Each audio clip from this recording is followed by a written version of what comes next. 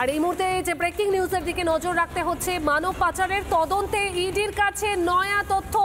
মানব পাচার চক্রের সঙ্গে যোগ তৃণমূলের দাপুটে নেতার।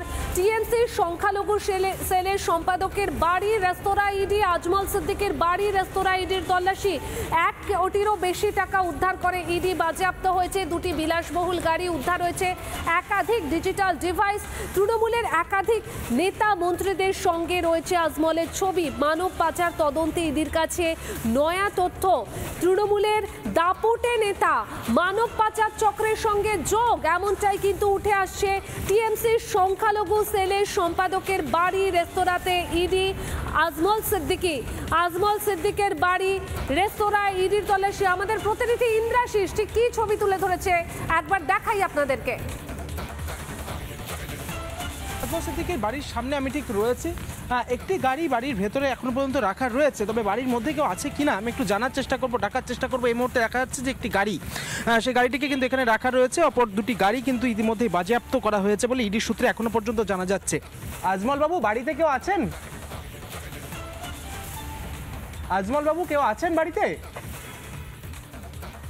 আজমল বাবু, রিপাবলিক বাংলা থেকে আসছিলাম, কেউ আছেন?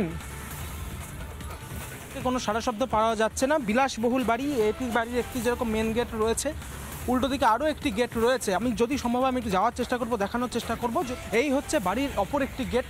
এবং এই গেটের যেটা দেখা যাচ্ছে যে এখানে একটি সাইনবোর্ড রয়েছে, যেটিতে লেখা রয়েছে সিদ্দিকি হাউস আজমলস গ্রুপের। এবং এই বাড়ির এখানে হচ্ছে নেম প্লেট। উল্টো দিকে এই হচ্ছে বাড়ির অপর একটি দরজা, যে দরজা দিয়ে ভেতরে ঢোকা যায়। সিসিটিভি রয়েছে। এবং এই বিলাসবহুল বাড়ি আজমল সিদ্দিকের, যেটা তৃণমূলের মাইনরিটি সেলের সভাপতি ছিলেন আজমল সিদ্দিকি। এবং তাকে জিজ্ঞাসাবাদ করেই কিন্তু এই 1 কোটি টাকা পাওয়া গিয়েছে। 1 কোটিরও বেশি টাকা উদ্ধার করা হয়েছে। তার একটি বার রয়েছে এবং সেই বারের আড়ালেই কিন্তু মানব পাচারের রমরমা কারবার চালিয়ে যাওয়া হতো। আজমল বাবু, কেউ আছেন বাড়িতে? রিপাবলিক বাংলা থেকে আসছিলাম, একটু কথা বলবো, কেউ আছেন বাড়িতে? তার বাড়িতে এখন পর্যন্ত কোনো বাসিন্দা কিন্তু সারা শব্দ ভেতর থেকে পাওয়া যাচ্ছে না। তবে ইডি সূত্রে যেটা জানা যাচ্ছে, 1 কোটিরও বেশি টাকা তার কাছে থেকে উদ্ধার হয়েছে। 2টি বিলাসবহুল গাড়ি উদ্ধার করা হয়েছে। এই তদন্ত কোন পথে এগোয় সেদিকে সকলের নজর রয়েছে। ইতিমধ্যেই আরও বেশ কয়েকটি লিঙ্ক পাওয়া গিয়েছে আজমল সিদ্দিকির সঙ্গে। সেই সমস্ত লিঙ্কগুলিকেও খতিয়ে দেখছেন এনফোর্সমেন্ট ডিরেক্টরেটের আধিকারিকেরা। ভিডিও জার্নালিস্ট শুভ্রাংশু ঘোষের সঙ্গে ইন্দ্রাশিস বাগচি, রিপাবলিক বাংলা, কলকাতা।